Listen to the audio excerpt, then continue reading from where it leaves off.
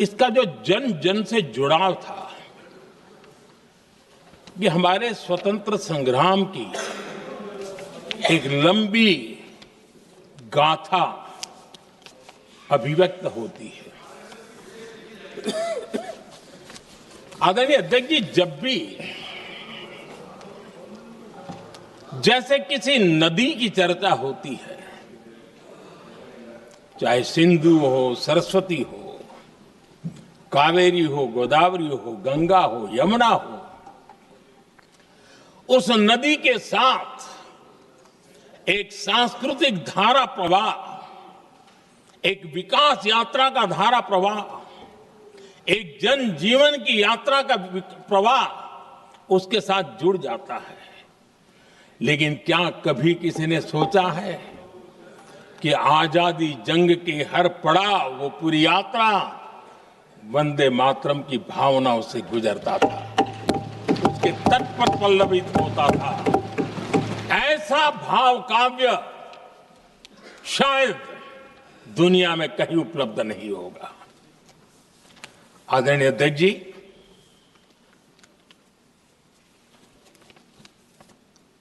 अंग्रेज समझ चुके थे कि 1857 के बाद लंबे समय तक भारत में टिकना उनके लिए मुश्किल लग रहा। तो प्रधानमंत्री अभी वंदे मातरम की ऐतिहासिकता पर बात कर रहे हैं और उसकी चर्चा कर रहे हैं, बता रहे हैं। लेकिन आपको बता दें कि पिछले एक हफ्ते से देश के कई हवाई अड्डों पे क्या कुछ हो रहा है वो तस्वीरें भी हैं और उस पर चर्चा की भी मांग हो रही है संसद में। लेकिन वंदे मातरम पर 10 घंटा की चर्चा की इजाज़त दी गई है, शुरुआत प्रधानमंत्री ने की है।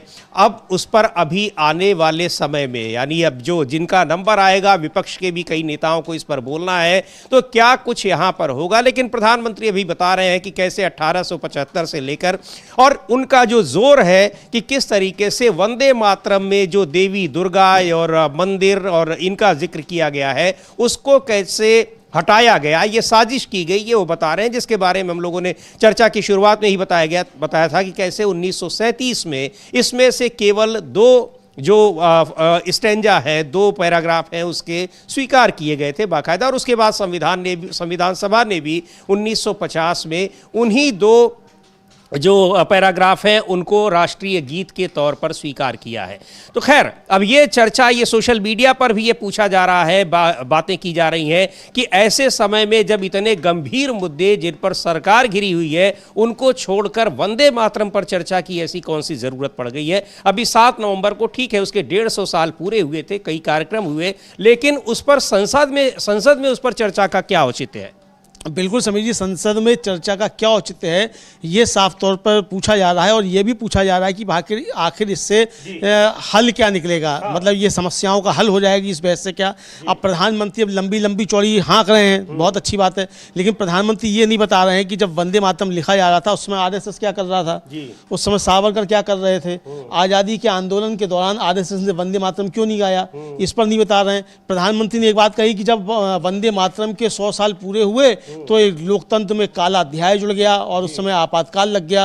आज़ादी के जो लड़ाई लड़ने वाले थे उनको जेल भेज दिया गया, आज़ादी के जो चाहने वाले थे वो जेल चले गए, लेकिन प्रधानमंत्री नरेंद्र मोदी उन जेल जाने वालों में शामिल नहीं थे। तो प्रधानमंत्री अपने को खुद क्या सर्टिफिकेट देना चाहते हैं तो वो जाने क्या देना चाहते हैं। लेकिन साफ तौर पर समझा जा सकता है समीर जी कि ये जो प्रधानमंत्री कहना चाह रहे हैं वो खुद को घेरने का ही उनका एक तरीके से हो सकता है। दूसरा ये कि जो जिन बंकिम चंद्र चटर्जी ने लिखा समीर जी, बिल्कुल, वो अंग्रेज़ों के ने जब मतलब रानी विक्टोरिया ने अपने हाथ में लिया शासन, तो सबसे पहले जो चुने गए डिप्टी कलेक्टर वो थे। 30 साल तक उन्होंने ब्रिटिश सरकार की सेवा की और राय बहादुर और जाने क्या क्या उपाधियाँ जो अंग्रेज़ों के वफादारों को दी जाती थी वो उनको दी गई। तो इसका जिक्र भी क्या प्रधानमंत्री करेंगे? किसी के द्वारा कुछ लिखना, उसमें से कुछ लेना एक अलग मसला हो सकता है, लेकिन उस लिखने वाले का क्या चरित्र चित्रण है वो भी बताना चाहिए। खुद बंकिम चंद्र चटर्जी ने वंदे मातरम लिखने के बाद फिर खुद क्यों नहीं गाया कहीं खड़े होकर किसी सभा में? यही सारी बातें कि ये इतिहास की चीजें हैं, ये संसद में उन पर बहस नहीं की जाती है, सेमिनार में बहस की जाती है, इन पर चर्चाएं दूसरे प्लेटफॉर्म्स पर होती हैं, उनके लिए ये जगह नहीं है। संसद जनता से जुड़े हुए जरूरी मुद्दों पर, जो बहुत ही जरूरी मुद्दे हैं, उन पर चर्चा के लिए होती है, नीतियां बनाने के लिए होती है और उन्हीं के आधार पर कानून बनाए जाते हैं, जिन कानूनों को पास कराने के लिए संसद होती है। संसद में कानून बनाए जाते हैं, मुख्य काम उसका ये है। यहां वंदे मातरम, अब वंदे मातरम पर आप क्या कानून बना देंगे, क्या आप ये कर देंगे जिस तरह से उत्तर प्रदेश के मुख्यमंत्री योगी आदित्यनाथ ने कहा कि हम सारे स्कूलों में इसको अनिवार्य कर देंगे। ये विवाद पहले भी हुए हैं कि आप उसको अनिवार्य नहीं करेंगे, और अमलेंदु जी जब संविधान सभा इस पर चर्चा कर रही थी राष्ट्रीय गीत के रूप में, तो ये सारी बहसें उस संविधान सभा में हुई हैं। जो गड़े मुर्दे हम आज उखाड़ रहे हैं, ये सारी बातें हो चुकी हैं। आपको पता भी होगा हमारे दर्शकों को कि अब जब ये वंदे मातरम गीत है, बाद में ये आनंद मठ एक उपन्यास बंकिम बाबू ने ही लिखा, बंकिम चंद्र चटर्जी ने, उसमें इसको रखा गया, उसका हिस्सा बन गया। और आनंद मठ जो है वो सन्यासी विद्रोह और फकीर विद्रोह की पृष्ठभूमि में है, लेकिन उस आनंद मठ में केवल सन्यासी विद्रोह का जिक्र है। तो बहुत सारी चीजें हैं और ये सारे सवाल उठे हैं कि कैसे वहां पर रविंद्रनाथ टैगोर ने इसको गाया। वही रविंद्रनाथ टैगोर कहते हैं कि केवल 2 स्टैंजा इसके लेने चाहिए, क्योंकि और स्टैंजा पर कुछ धार्मिक समूहों को आपत्ति हो सकती है। इसके बाद उसमें कि किस तरह से फिर इसको कांग्रेस ने अडॉप्ट किया, फिर किस तरह से इसको संविधान सभा ने अडॉप्ट किया, ये सारी चीज़ें इतिहास का हिस्सा हैं, ये संसद में चर्चा की बात नहीं है। लेकिन इसके जरिए क्या कुछ कहना चाहते हैं प्रधानमंत्री, या सरकार क्या कुछ कहना चाहती है, या केवल संसद का समय बर्बाद करना चाहती है? बहुत सारे सवाल। हाँ बिल्कुल समीर जी, बहुत सारे सवाल हैं, उन सवालों के जवाब प्रधानमंत्री को कम से कम देने चाहिए। तो प्रधानमंत्री इन सवालों के जवाब देने को तैयार नहीं है।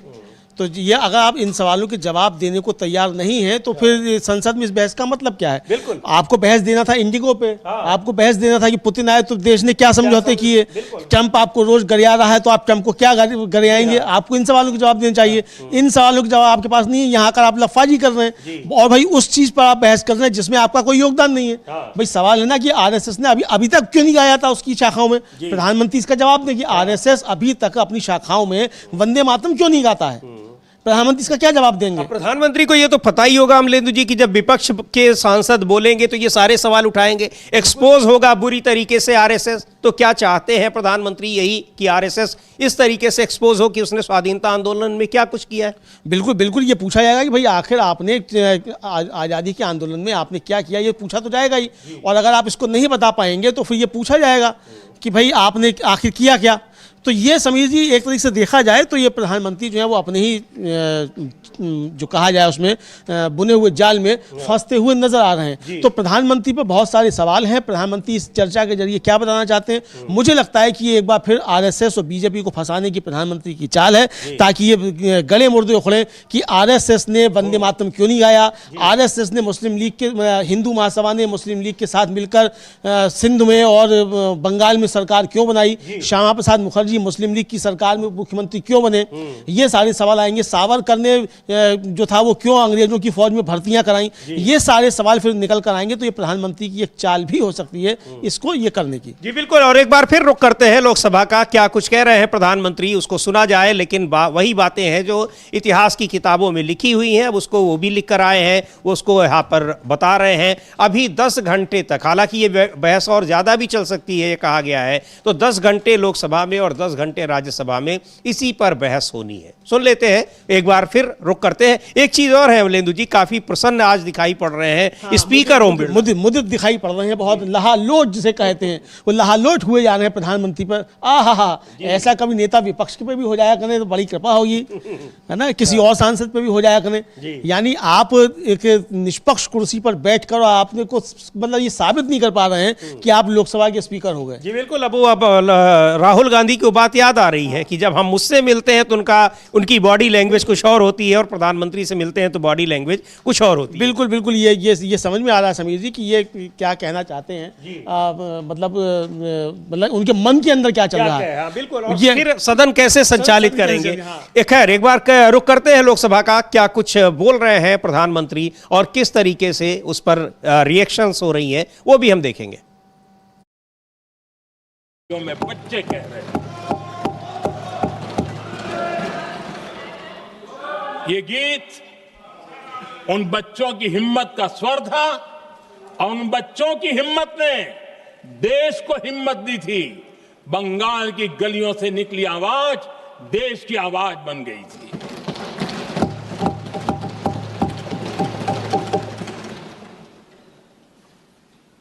उन्नीस 1905 में फरीदपुर के गांव में बहुत छोटी छोटी उम्र के बच्चे जब वंदे मातरम के नारे लगा रहे थे, अंग्रेजों ने बेरहमी से उन पर कोड़े मारे थे। यानी एक प्रकार से जीवन और मृत्यु के बीच लड़ाई लड़ने के लिए मजबूर कर दिया था। इतना अत्याचार हुआ था। 1906 में नागपुर में नील सिटी हाई स्कूल के उन बच्चों पर भी अंग्रेजों ने ऐसे ही जुल्म किए थे। गुनाह यही था कि वो एक स्वर से वंदे मातरम बोल करके खड़े हो गए थे। उन्हें वंदे मातरम के लिए मंत्र का महात्म्य अपनी ताकत से सिद्ध करने का प्रयास किया था। हमारे जांबाज सपूत बिना किसी डर के फांसी के तख्त पर चढ़ते थे और आखिरी सांस तक वंदे मातरम, वंदे मातरम, वंदे मातरम, यही उनका भाव घोष रहता था। खुदीराम बोस, मदनलाल ढींगरा, राम प्रसाद बिस्मल, अशफाकुल्ला खान, रोशन सिंह, राजेंद्र नाथ लाहिड़ी, रामकृष्ण विश्वास, अनगिनत जिन्होंने वंदे मातरम कहते कहते फांसी के फंदे को अपने गले पर लगाया था। लेकिन देखिए, ये अलग अलग जेलों में होता था, अलग अलग इलाकों में होता था। प्रक्रिया करने वाले चेहरे अलग थे, लोग अलग थे। जिन पर जुल्म हो रहा था उनकी भाषा भी अलग थी। लेकिन एक भारत श्रेष्ठ भारत, इन सब का मंत्र एक ही था, वंदे मातरम।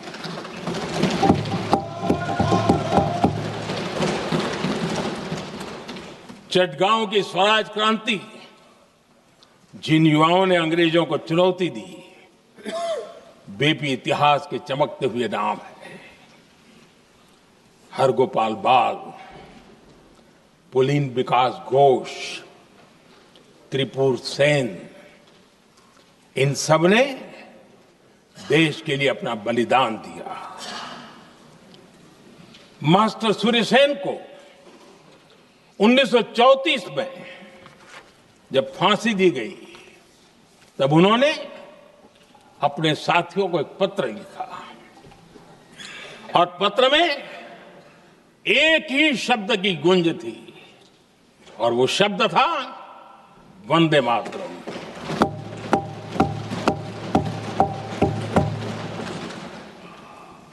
आदरणीय अध्यक्ष जी, हम देशवासियों को गर्व होना चाहिए। दुनिया के इतिहास में कहीं पर भी ऐसा कोई काव्य नहीं हो सकता, ऐसा कोई भावगीत नहीं हो सकता जो सदियों तक एक लक्ष्य के लिए कोटि कोटि जनों को प्रेरित करता हो और जीवन आहूत करने के लिए निकल पड़ते हो। दुनिया में ऐसा कोई भावगीत नहीं हो सकता जो वंदे मातरम। पूरे विश्व को पता होना चाहिए कि गुलामी के कालखंड में भी ऐसे लोग हमारे यहां पैदा होते थे जो इस प्रकार के भावगीत की रचना कर सकते थे। ये विश्व के लिए अजूबा है। हमें गर्व से कहना चाहिए, तब दुनिया भी मानना शुरू करेगी। ये हमारी स्वतंत्रता का मंत्र था, ये बलिदान का मंत्र था, ये ऊर्जा का मंत्र था, ये सात्विकता का मंत्र था, ये समर्पण का मंत्र था, ये त्याग और तपस्या का मंत्र था, संकटों को सहने का सामर्थ्य देने का ये मंत्र था और वो मंत्र वंदे मातरम था। और इसलिए गुरुदेव रविंद्रनाथ टैगोर ने लिखा था, उन्होंने लिखा था, एकी सूत्रे बांधी आछी सोहोस्टोटी मौन, एक ही का। तो पूरा आजादी का इतिहास प्रधानमंत्री नरेंद्र मोदी बता रहे हैं। 1934 तक तो आ गए अमलेंदु जी, लेकिन 1925 का जिक्र उन्होंने बिल्कुल नहीं किया। यानी इस करीब 10 साल का, एक दशक का, उसमें मास्टर सूर्यसेन की बात कर रहे हैं। उसके अलावा उसके बाद के क्रांतिकारियों की भी बात की उन्होंने, अशफाक उल्लाह खान की भी बात की, लेकिन 1925 में आरएसएस बना, उसने क्या योगदान दिया उसका जिक्र नहीं कर रहे हैं। शायद वो विपक्ष वालों पर छोड़ रहे हैं कि वो भी तो कुछ करेंगे। हाँ बिल्कुल, उसी पर छोड़ रहे हैं, इसलिए 10 वर्षों की बात भी नहीं कर रहे हैं समीर जी। और साफ तौर पे अगर देखा जाए तो प्रधानमंत्री जो बातें कर रहे हैं, अब मास्टर सूरसेन की बात कर रहे हैं समीर जी। चटगांव आर्मरी केस भारत के स्वतंत्रता संग्राम के आंदोलन में एक महत्वपूर्ण जगह रखता है, लेकिन मास्टर सूरसेन जो थे, या मास्टर दास जिनको कहा जाता था, वो किस विचारधारा से प्रेरित थे? मास्टर सूरसेन की ही जो लीगेसी है वो नक्सलवादी तक आती है। जी हाँ, नक्सलवादी आंदोलन जो है वो कहीं ना कहीं लीगेसी जो है वो प्राप्त करता है मास्टर सूरसेन से। तो ये कहना क्या चाहते हैं मोदी जी, कहना क्या चाहते हैं? तो आरएसएस ने कब मास्टर सूरसेन की पूजा की जाए ये भी बता दिया जाए कि क्या आरएसएस की जो शाखाएं लगती हैं उसमें मास्टर सूरसेन का चित्र लगाया जाता है? और इन्हें मालूम है कि आज कहाँ है वो चटगांव जो है, आज कहाँ है जहां मास्टर सूरसेन थे? वो मालूम है इनको कि आज कहाँ है? प्रधानमंत्री ये भी बताएं जरा। तो प्रधानमंत्री बातें तो बहुत अच्छी अच्छी कर रहे हैं, लेकिन मुझे लगता है कि इसके जरिए आरएसएस का जो इतिहास है उसको कुरेदने की कोशिश प्रधानमंत्री कर रहे हैं कि विपक्ष जो है अब आरएसएस पर हमले करे और आरएसएस का काला अतीत जो है वो देश के सामने रखा जाए। ये शायद प्रधानमंत्री की मंशा दिखाई पड़ती है। जी बिल्कुल, क्योंकि तब ये भी बात आएगी कि कैसे जब संविधान सभा में इसका ये अडॉप्ट किया जा रहा था तो उस समय उस विचारधारा से जुड़े लोग भी जो थे उन्होंने भी उसका समर्थन किया था। इसके पहले किस तरह से जब 1905 की प्रधानमंत्री बात कर रहे हैं, जब बंग हुआ था, यानी बंगाल का विभाजन हुआ था, उसके बाद मुस्लिम लीग का गठन हुआ था, फिर मुस्लिम लीग ने ही वंदे मातरम में इसका विरोध करना शुरू किया कि उसमें देवी देवताओं की स्तुति की गई है, और कांग्रेस पार्टी मुसलमानों को ऐसा करने के लिए बाध्य कर रही है। दूसरी ओर वहां पर जो हिंदू महासभाएं और जो उस तरह के विचारों से जुड़े हुए लोग थे, उन लोगों ने कहा कि इसका पूरा वाचन किया जाएगा। तो इस दोनों लोग मिलकर एक तरीके से कांग्रेस पार्टी, चूंकि कांग्रेस पार्टी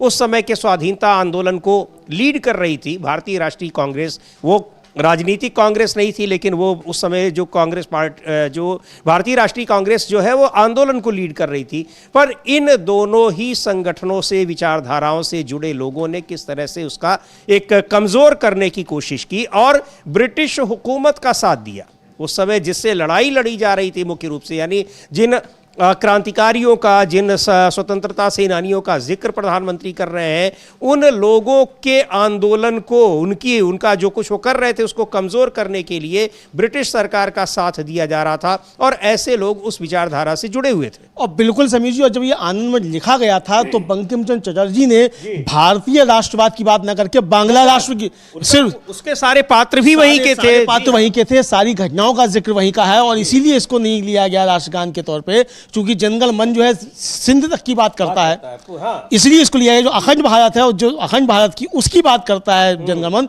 इसलिए उसको लिया गया था। और इसका प्रसिद्ध बांग्ला लेखक थे नरेश चंद्र सेन गुप्ता, इन्होंने जब 20वीं सदी के आरंभ में आनंद मठ का अंग्रेजी से अनुवाद किया तो साफ लिखा कि इस गीत को पढ़ने के बाद यह जानकर दुख होता है कि बंकिम बांग्ला राष्ट्रवाद से इतने ज्यादा ग्रस्त थे कि उन्हें भारतीय राष्ट्रवाद की परवाह नहीं थी। तो यानी ये भारतीय राष्ट्रवाद का द्योतक नहीं है, ये उसका अंग्रेजी में अनुवाद करने वाले पहले जो थे नरेश चंद्र सेन गुप्ता, उनकी टिप्पणी है समीर जी। बिल्कुल। तो खैर अब ये इतिहास की बातें हैं, लेकिन बड़ा सवाल ये है, और ये सवाल पूछा भी जा रहा है कि यहाँ इतने ज़रूरी मुद्दे हैं, उसके बावजूद यहाँ इतिहास के एक एक पन्ने की पर 10-10 घंटे की चर्चा क्यों हो रही है?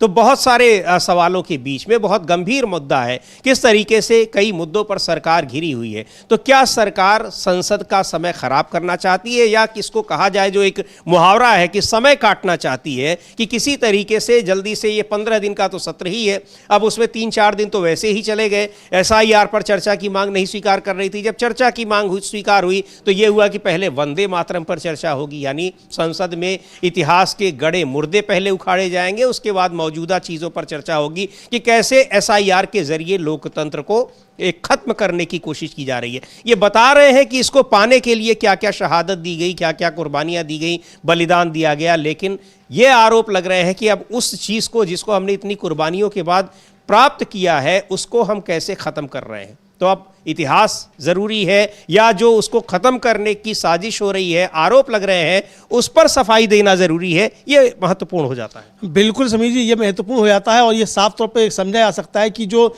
इस पर सफाई आएगी भी तो आखिर सफाई क्या देंगे प्रधानमंत्री। सवाल ये है ना कि सफाई यहाँ क्या देंगे। प्रधानमंत्री को सवालों के जवाब देने थे जो विपक्ष पूछ रहा है, जो जनता पूछ रही है, आप उनसे भाग रहे हैं, तो आप उनसे भागकर वंदे मातरम की आड़ में छुपना चाहते हैं, और जो कि आपका है भी नहीं। मतलब वंदे मातरम से आपको कोई लेना देना भी नहीं है। तो इसलिए आप उस समय तक ठीक है, लेकिन जो आपने कहा कि 1925 में बनता है RSS, उसने अपना इसको राष्ट्रगान या उद्घोष क्यों नहीं बनाया? और आज भी क्यों नहीं बनाया? आज भी आप नमस्ते सदावत से आपकी शाखा में गाया जाता है, वंदे मातरम क्यों नहीं गाया जाता? और इसके साथ आप यहाँ चर्चा करा रहे हैं और राज्यसभा में आप निकलवा रहे हैं नोटिस की सदन में वंदे मातरम कोई नहीं बोलेगा। तो ये कैसा दोगलापन है भाई? ये दोहरा रवैया किस तरीके का है? क्यों नहीं बोला जाएगा वंदे मातरम? हमारी आज़ादी का उद्घोष जिसको प्रधानमंत्री खुद कह रहे हैं कि इसको लोग गाते हुए फांसी के तख्तों पर झूल गए, जिन्होंने अंग्रेजों की लाठियां और गोलियां खाई, वो क्यों नहीं गाया जाएगा?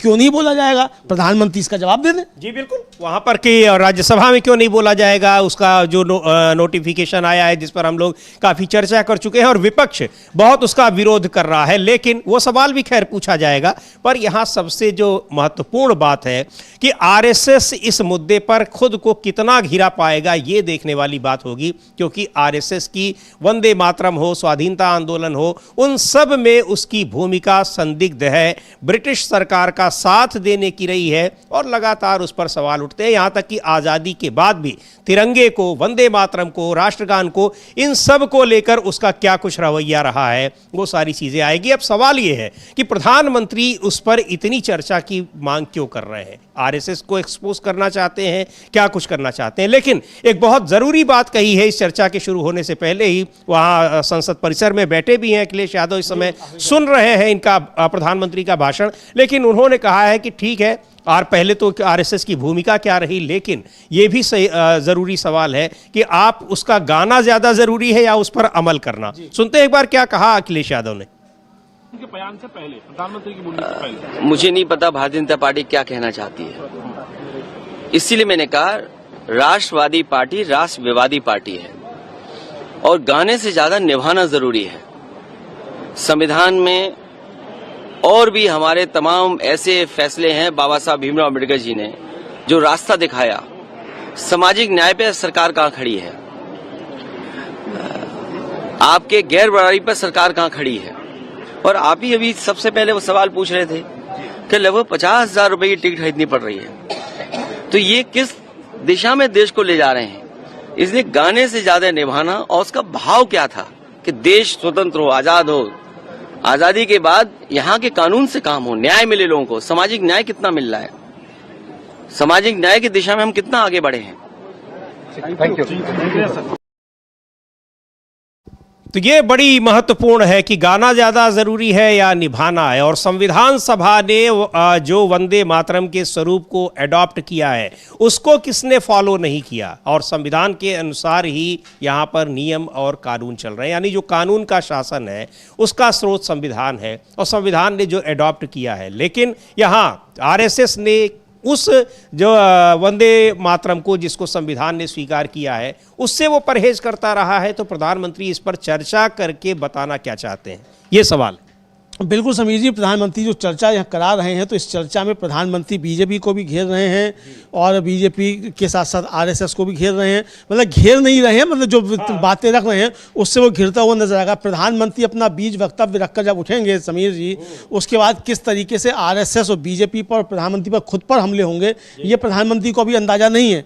लेकिन बाद में जिस तरीके से राजनाथ सिंह को जिम्मेदारी दी गई कि राजनाथ सिंह आकर जो है इसका समापन करेंगे, तो अब राजनाथ सिंह बेचारे आकर क्या समापन करेंगे? क्योंकि जितने हमले हो चुके होंगे उसका जवाब राजनाथ सिंह के पास क्या होगा। बहरहाल समीर जी, आज एक बात देखने में आ रही है कि प्रधानमंत्री शायद ज्यादा ही थके हुए दिखाई पड़ रहे हैं, क्योंकि वो बातें तो रख रहे हैं लेकिन वो उस कटुतापूर्ण एग्रेशन जो होता है वो थोड़ा गायब दिखाई पड़ रहा है। क्या ये 240 की मजबूरी है?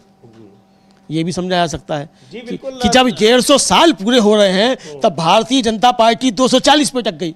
बताइए, ये भी एक लोकतंत्र का काला अध्याय हो गया कि जब 100 साल हुए तब जो था वो इमरजेंसी लगी हुई थी, और जब 150 साल हो रहे हैं तो प्रधानमंत्री जो वो बैसाखियों पे टिके, बोल ही नहीं पा रहे मोदी जी बैसाखियों पे। और एक चीज और भी है कि अभी महात्मा गांधी का भी अब जिक्र किया प्रधानमंत्री ने, और जो हम लोगों ने कहा कि, और कह रहे हैं कि उसके साथ अन्याय हुआ, उसका यानी जो पूरा वर्जन है वो नहीं लिया गया, जबकि उसका प्रस्ताव रखा था महात्मा गांधी ने ही। खैर, एक बार फिर से रुक करते हैं, क्या कुछ कह रहे हैं प्रधानमंत्री वंदे मातरम को लेकर। खुद की भी और कांग्रेस पार्टी की भी निष्ठा को प्रकट करते हैं, लेकिन उल्टा हुआ। वो ऐसा क्यों कर रहे वो तो पूछा ही नहीं, न जाना, लेकिन उन्होंने वंदे मातरम की ही पड़ताल शुरू कर दी। जिन्ना के विरोध के 5 दिन बाद ही 20 अक्टूबर को नेहरू जी ने नेताजी सुभाष बाबू को चिट्ठी लिखी। उस चिट्ठी में जिन्ना की भावना से नेहरू जी अपनी सहमति जताते हुए कि वंदे मातरम की, ये जो उन्होंने सुभाष बाबू को लिखा है, वंदे मातरम की आनंद मठ वाली पृष्ठभूमि मुसलमानों को इरिटेट कर सकती है। मैं नेहरू जी का कोट पढ़ता हूं। नेहरू जी कहते हैं, मैंने वंदे मातरम गीत का बैकग्राउंड पढ़ा है।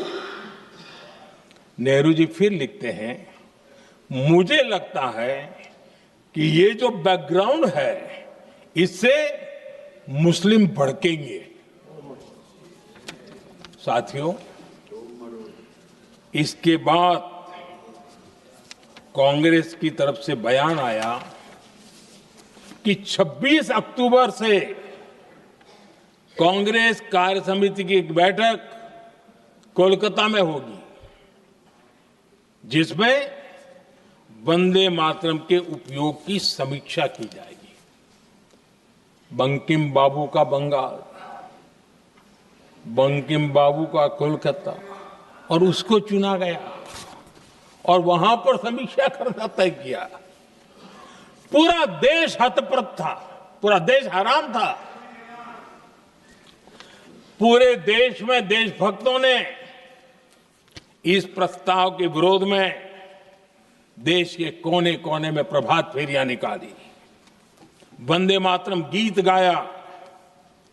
लेकिन देश का दुर्भाग्य कि 26 अक्टूबर को कांग्रेस ने वंदे मातरम पर समझौता कर लिया।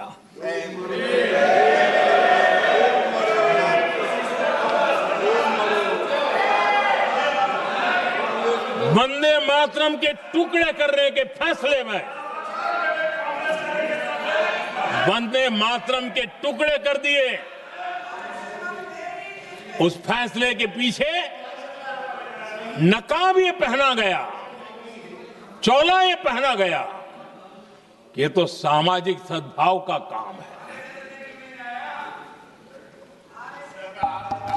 लेकिन इतिहास इस बात का गवाह है कि कांग्रेस ने मुस्लिम लीग के सामने घुटने टेक दिए और मुस्लिम लीग के दबाव में किया। और कांग्रेस का ये तुष्टीकरण की राजनीति को साधने का एक तरीका था। आदरणीय अध्यक्ष जी, तुष्टीकरण की राजनीति के दबाव में कांग्रेस वंदे मातरम के बंटवारे के लिए झुकी। इसलिए कांग्रेस को एक दिन भारत के बंटवारे के लिए झुकना पड़ा।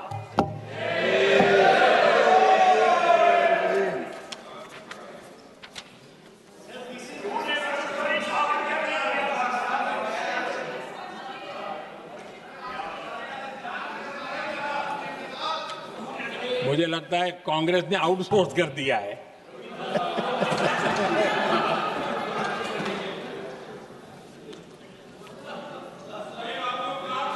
दुर्भाग्य से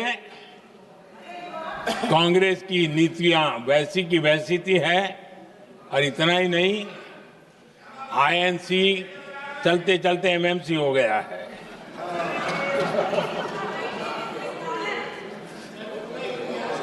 आज भी कांग्रेस और उसके साथी और जिन जिन के नाम साथ कांग्रेस जुड़ा हुआ है, सब वंदे मातरम पर विवाद खड़ा करने की कोशिश करते हैं। आदरणीय अध्यक्ष महोदय, किसी भी राष्ट्र का चरित्र, उसकी जीवटता, उसके अच्छे कालखंड से ज्यादा जब चुनौतियों का कालखंड होता है, जब संकटों का कालखंड होता है, तब प्रकट होती है, उजागर होती है और सच्चे अर्थ में कसौटी से कसी जाती है। जब कसौटी का काल आता है, तब ही ये सिद्ध होता है कि हम कितने दृढ़ हैं, कितने सशक्त हैं, कितने सामर्थ्यवान हैं। 1947 में देश आजाद होने के बाद देश की चुनौतियां बदली, देश की प्राथमिकताएं बदली, लेकिन देश का चरित्र, देश की जीवटता वही रही, वही प्रेरणा मिलती रही। भारत पर जब जब संकट आए, देश हर बार वंदे मातरम की भावना के साथ आगे बढ़ा।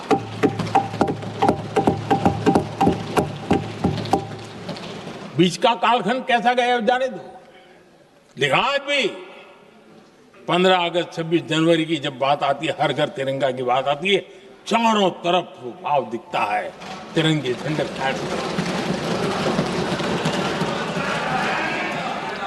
एक जमाना था जब देश पर खाद्य का संकट आया, वही वंदे मातरम का भाव था। मेरे देश के किसानों ने अंदर के भंडार भर दिए, और इसके पीछे भाव वही है, वंदे मातरम।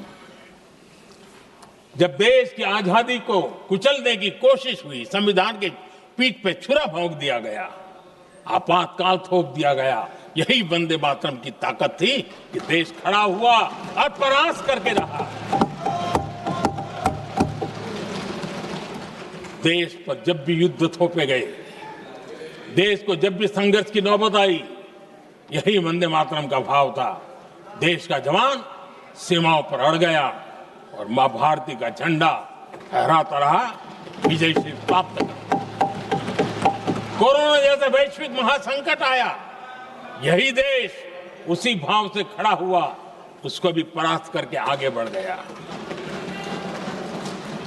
आदरणीय अध्यक्ष जी, यह राष्ट्र की शक्ति है, यह राष्ट्र को भावनाओं से जोड़ने वाला सामर्थ्यवान एक ऊर्जा प्रवाह है, ये चेतना प्रवाह है, ये संस्कृति की अविरल धारा का प्रतिबिंब है, उसका प्रकटीकरण है। ये वंदे मातरम हमारे लिए सिर्फ स्मरण करने का काल नहीं, एक नई ऊर्जा, नई प्रेरणा का लेने का काल बन जाए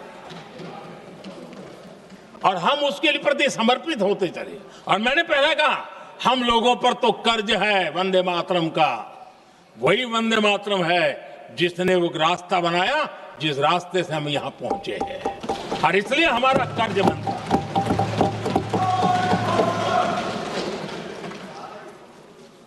भारत हर चुनौतियों को पार करने में सामर्थ है। वंदे मातरम के भाव की वो ताकत है। वंदे मातरम ये सिर्फ गीत या भावगीत नहीं, ये हमारे लिए प्रेरणा है। राष्ट्र के प्रति कर्तव्यों के लिए हमें झकझोरने वाला काम है और इसलिए हमें निरंतर इसको करते रहना होगा। हम आत्मनिर्भर भारत का सपना लेकर के चल रहे हैं, इसको पूरा कर रहा है। वंदे मातरम हमारी प्रेरणा है। हम स्वदेशी आंदोलन को ताकत देना चाहते हैं। समय बदला होगा, रूप बदले होंगे, लेकिन पूज्य गांधी ने जो भाव व्यक्त किया था, उस भाव की ताकत आज भी मौजूद है और वंदे मातरम हमें जोड़ता है। देश के महापुरुषों का सपना था स्वतंत्र भारत का। देश की आज की पीढ़ी का सपना है समृद्ध भारत का। आजाद भारत का सपने को सिंचा था वंदे भारत की भावना है, वंदे मातरम की भावना ने। समृद्ध भारत के सपने को सींचेगा वंदे मातरम की भावना। उसी भावना को लेकर के हमें आगे चलना है और हमें आत्मनिर्भर भारत बनाना। 2047 में देश विकसित भारत बन के रहे। अगर आजादी के 50 साल पहले कोई आजाद भारत का सपना देख सकता था, तो 25 साल पहले हम भी तो समृद्ध भारत का सपना देख सकते हैं, विकसित भारत का सपना देख सकते हैं और इस सपने के लिए अपने आप को खपा भी सकते हैं। इसी मंत्र, इसी संकल्प के साथ वंदे मातरम हमें प्रेरणा देता रहे। वंदे मातरम का हम ऋण स्वीकार करें, वंदे मातरम की भावना को लेकर के चले, देशवासियों को साथ लेकर के चले, हम सब मिलकर के चले, इस सपने को पूरा करें। इसी एक भाव के साथ ये चर्चा का आज आरंभ हो रहा है। मुझे पूरा विश्वास है कि दोनों सदनों में देश के अंदर वो भाव भरने वाला कारण बनेगा, देश को प्रेरित करने वाला कारण बनेगा, देश की नई पीढ़ी को ऊर्जा देने का कारण बनेगा। इन्हीं शब्दों के साथ आपने मुझे अवसर दिया, मैं आपका बहुत बहुत आभार व्यक्त करता हूं। बहुत बहुत धन्यवाद। वंदे मातरम, वंदे मातरम, वंदे मातरम।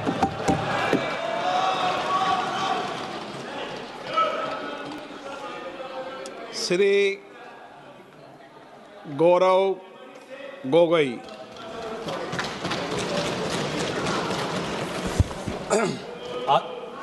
आदरणीय अध्यक्ष महोदय, मैं वंदे मातरम के 150वीं जयंती पर इस महत्वपूर्ण चर्चा में भाग लेने के लिए खड़ा हूं और अपने वक्तव्य के शुरुआत में मैं बंगाल के उस पवित्र भूमि को नमन करना चाहता हूं जिस भूमि से ईश्वर चंद्र विद्यासागर आए, राजा राम मोहन रॉय जी आए, बंकिम चंद्र चटर्जी आए, स्वामी विवेकानंद जी आए, औरबिंदो घोष जी आए, खुदीराम बोस आए, कबीर नजरुल इस्लाम जी आए, रविंद्रनाथ टैगोर जी आए और सुभाष चंद्र बोस जी आए। वाकई में बंगाल की इस पवित्र भूमि में एक अद्भुत ताकत है, जिस भूमि ने हमारे देश को न सिर्फ हमारा राष्ट्रगान दिया, लेकिन राष्ट्रगान के साथ हमें राष्ट्रगीत भी दिया। और कहीं ना कहीं मैं इस समय पर, क्योंकि स्वतंत्रता सेनानियों का उल्लेख किया गया, स्वतंत्रता संग्राम का उल्लेख किया गया, उस समय के कवि, लेखक जिन्होंने ऐसे शब्दों का प्रयोग किया ऐसे कविताएं रची, ऐसे गीत रची, जिन गीतों के साथ, जिन शब्दों के प्रेरणाओं के साथ लाखों के तादाद पर स्वतंत्रता सेनानियों ने अंग्रेजों का जुल्म सहने की ताकत मिली।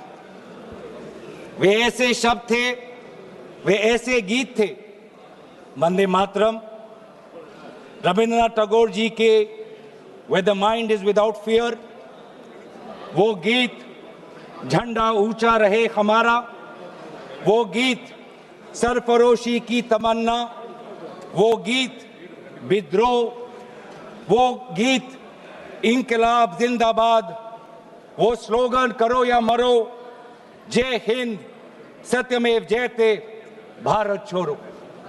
ऐसे कई नारे थे, ऐसे कई गीत थे, जिन गीतों ने, जिन शब्दों ने हमारे स्वतंत्रता संग्राम में हमारे भारत के समाज को ताकत दी। वंदे मातरम के इतिहास की और उसके जन्म की बात आदरणीय प्रधानमंत्री मोदी जी ने की। हाँ, जो मंगल पांडे का जो विद्रोह था, उस विद्रोह के विफलता के बाद भारत में एक बेचैनी थी और अंग्रेजों का जुल्म और बढ़ गया था। और ऐसे वक्त में 1872 में बंकिम चंद्र चटर्जी ने, जो पूरे बंगाल में जो रेनेसांस चल रहा था, जो भाषा के संदर्भ में जो एक क्रांति चल रही थी, उस क्रांति में वो भी एक महत्वपूर्ण धारा थे। जिस क्रांति में राजा राम मोहन रॉय भी थे, जिस क्रांति में ब्रह्मो समाज भी था, और उन्होंने 1872 में वो पहले दो पंक्ति लिखे जो आज हमारे राष्ट्रगीत के भाग में हैं। 1872-75 के बाद लगभग 9-10 सालों के बाद उन्होंने आनंद मत लिखा, जहां पर उन दो पंक्तियों में उन्होंने और कई पंक्तियां जोड़ी। और आनंद मत के संदर्भ में लिखा गया,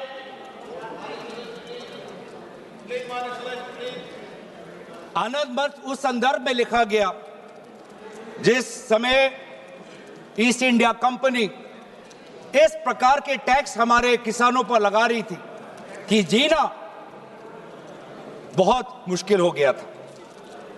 लेकिन वाकई में ये जो एक गीत था, जो आनंद मत में उल्लेखित था, वास्तविक रूप में ये नारा कब बना? इसकी शुरुआत हुई गीत से, लेकिन ये इसकी एवोल्यूशन, इसका पूर्ण जन्म एक नारा के द्वारा, एक राजनीतिक नारा के द्वारा 1905 में हुआ। 1905 में वायसरॉय कर्जन ने बंगाल के दो भाग करके सोचा कि इसके द्वारा वो बंगाल और बंगाल के द्वारा पूरे भारत पर एक गहरी चोट डालेंगे। लेकिन यही उनकी गलती थी। अगर मैं देखूं कि आधुनिक स्वतंत्रता संग्राम में वो कौन सा पल था जिस पल से भारत के स्वतंत्रता संग्राम में एक नई ताकत आई, वो 1905 के उस स्वदेशी आंदोलन से था। जो स्वदेशी आंदोलन बंगाल के पार्टीशन, विभाजन के बाद उजागर हुआ। और उसमें जैसे इतिहास में हमने पढ़ा है कि अरबिंदो घोष जी को एक ताकत मिली, वंदे मातरम का वो जर्नल, और उसके द्वारा जुगांतर पार्टी के द्वारा ये मैसेज गया कि हमें भारत को एक नई दृष्टि से, एक नई ताकत से, एक नई मंथन के द्वारा हमें विद्रोह करना है।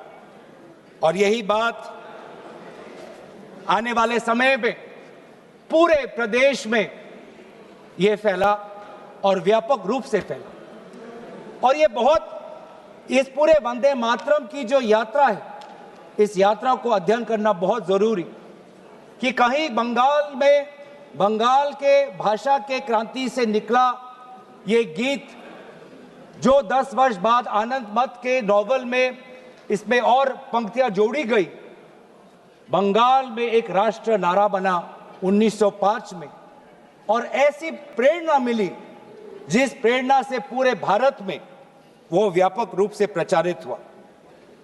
प्रचार होने के कई माध्यम थे।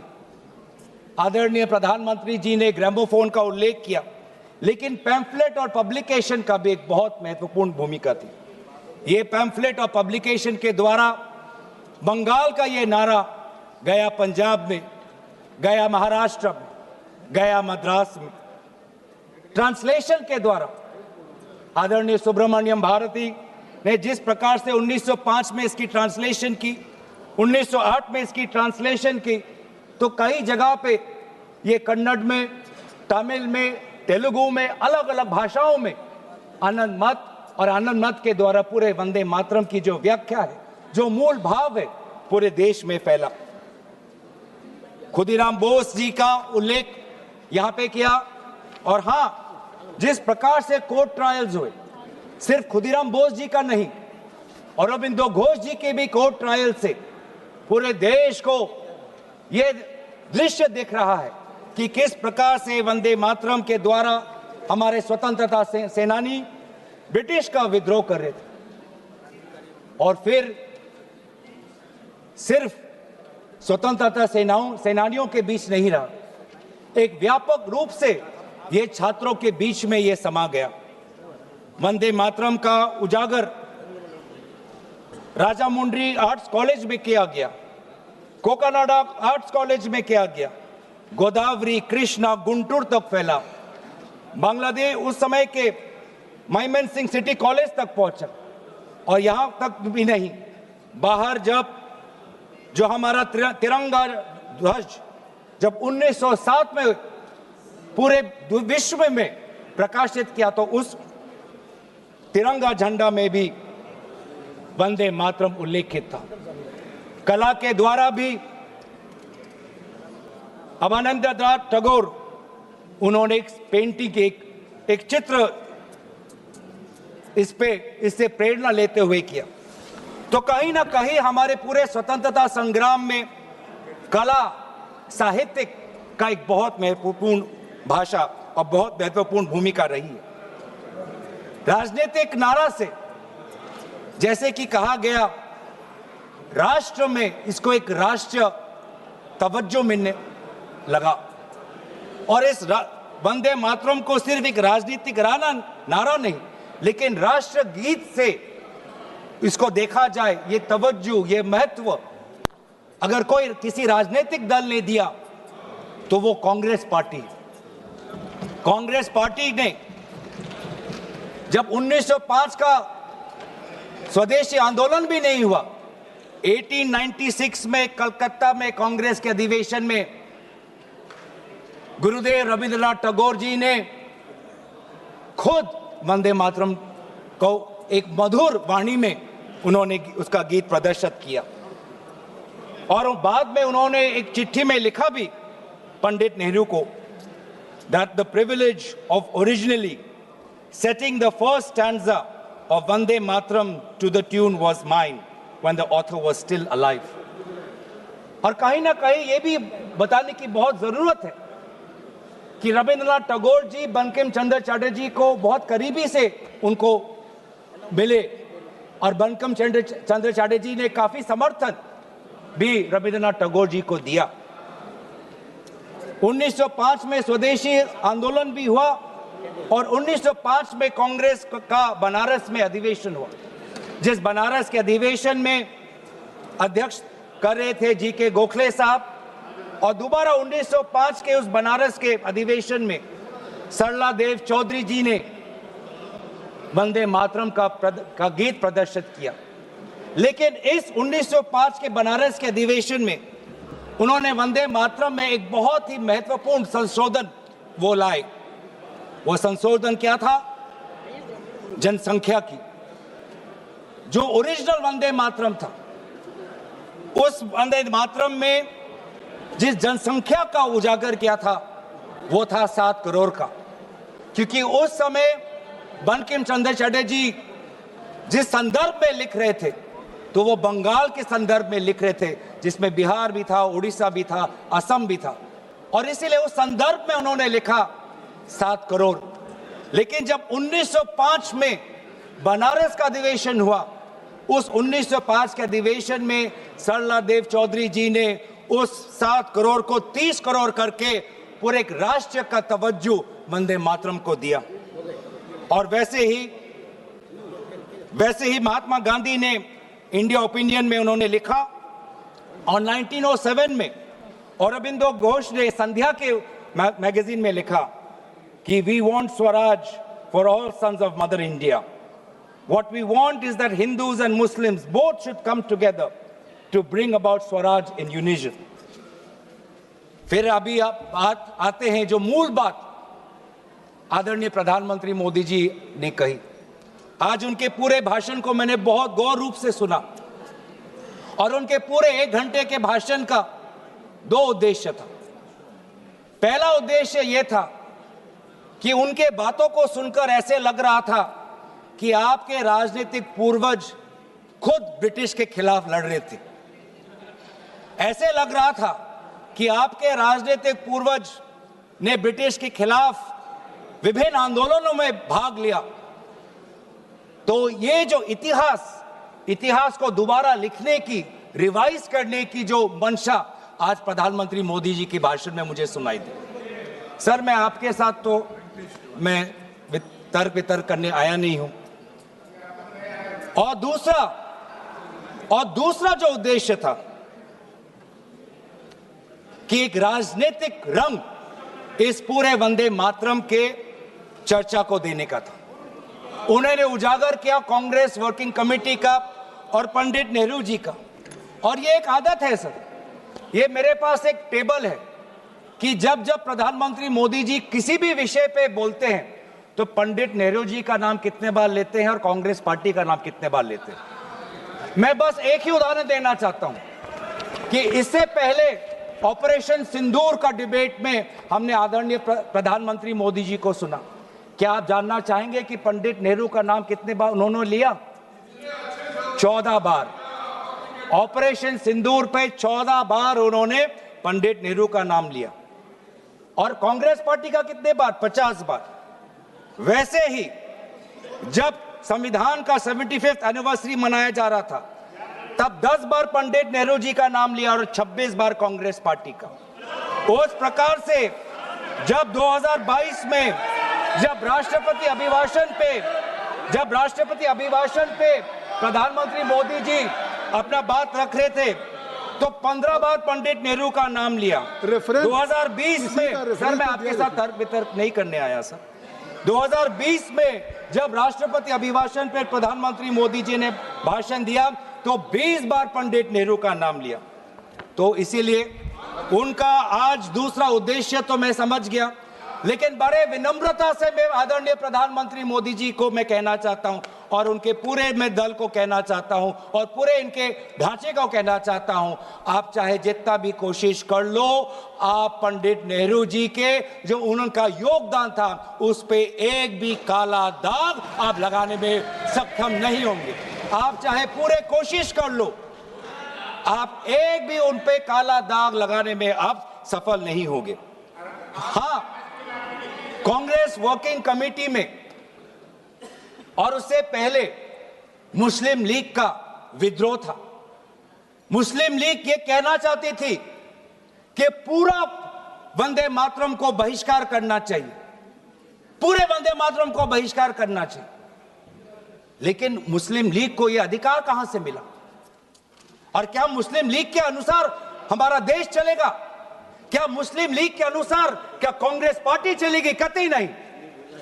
हमारे उस समय के जो हमारे नेता थे मौलाना आजाद साहब, उन्होंने स्वयं कहा कि मुझे वंदे मातरम में कोई भी आपत्ति नहीं है। यह फर्क है कांग्रेस के मौलाना आजाद और मुस्लिम लीग के जिन्ना के बीच में। और उन्होंने लाख कोशिश करने के पश्चात भी, लाख दबाव डालने के पश्चात भी 1937 के कांग्रेस वर्किंग कमेटी में के सेशन में यह निर्णय लिया गया कि जहां पर भी नेशनल गैदरिंग होगी वहां पर हम शुरुआत में वंदे मातरम के पहले 2 पंक्तियों को हम गाएंगे।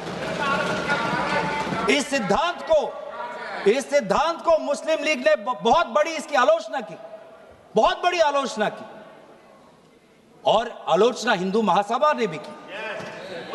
ये कभी कभी हिंदू महासभा और मुस्लिम लीग के जो राजनीतिक उद्देश्य है वो एक हो जाते हैं। हिंदू महासभा और मुस्लिम लीगों ने दोनों वंदे मातरम को एक विशेष राजनीतिक रूप से देखा, और मुस्लिम लीग और हिंदू महासभा ने दोनों ने कांग्रेस पार्टी की आलोचना की। लेकिन कांग्रेस पार्टी अगर चलेगी तो किसी हिंदू महासभा या किसी मुस्लिम लीग की नहीं, भारत के जो हमारे आबादी है, भारत की जो हमारी जनसंख्या है, भारत में जो वंदे मातरम के जो मूल भाव है उसके साथ मूल भाव। आप बार बार वंदे मातरम की आप बात कर रहे थे आदरणीय प्रधानमंत्री जी। वंदे मातरम किस संदर्भ में लिखा गया? ब्रिटिश के विद्रोह में वंदे मातरम का नारा कब लगाते थे? जब हम ब्रिटिश के अंदर हम खौफ पैदा करना चाहते थे। वंदे मातरम का नारा कब लगाते थे? जब हम ब्रिटिश को बताना चाहते थे कि हम डरेंगे नहीं, हम झुकेंगे नहीं। तो ये था मूल भाव वंदे मातरम का, ब्रिटिश के विद्रोह करने का। मैं पूछना चाहता हूं कि आपके राजनीतिक पूर्वजों ने वंदे मातरम की इस मंशा को आपने कब पूरा किया? कब आपने ब्रिटिश का विद्रोह किया? कब किया? अब वंदे मातरम का उद्देश्य था कि ब्रिटिश को के बीच में डर फैलाना। मैं पूछना चाहता हूं कि आपने उस मंशा को कब पूरा किया? 1937 की आप बात करते हैं और 1937 में आपको आपत्ति है, तो मैं पूछना चाहता हूं कि 1942 में जब भारत छोड़ो आंदोलन था तब आपके राजनीतिक पूर्वज कहां थे? अगर आपको लगता है कि वंदे मातरम के साथ कांग्रेस पार्टी ने उसको दुर्बल करने की एक साजिश की, तो मैं पूछना चाहता हूं कि आपने जब वंदे मातरम का जो मूल उद्देश्य था कि अंग्रेजों भारत छोड़ो, तो उस भारत छोड़ो के आंदोलन में आप लोग कहां थे? क्या इतिहास गवाह नहीं कि आपके राजनीतिक पूर्वज में उनका नाम नहीं लेना चाहता, कि उन्होंने खुद कहा था कि इस आंदोलन में भाग नहीं लेने का? खुद बोलते थे, दूसरे खुद उन्होंने कहा कि इस आंदोलन में भाग नहीं लेना। और बंगाल में आपके जो राजनीतिक आपके गुरु हैं, मैं उनका नाम भी लेना नहीं चाहूंगा, पर उन्होंने भी खुद कहा था कि भारत छोड़ो आंदोलन में भाग नहीं लेना चाहिए। तो अब वंदे मातरम की बात करते हैं, स्वतंत्रता सेनानियों की बात करते हैं, प्रोपेगेंडा करने की कोशिश करते हैं। जो कांग्रेस वर्किंग कमेटी पंडित नेहरू ने जी के सबके साथ जो विचार विमर्श किया, उसमें सब शामिल थे। उसमें शामिल थे रविंद्रनाथ टैगोर जी, जिन्होंने स्वयं कहा कि जो पहले 2 स्टैंजाज हैं वो इतने मधुर हैं, उसमें इतनी ताकत है, जो पूरा सारांश है वंदे मातरम का वो पहले 2 स्टैंजाज में है। और पंडित नेहरू जी ने भी उस वर्किंग कमेटी में कहा, उस रेजोल्यूशन में, पंडित नेहरू जी को मैं कोट कर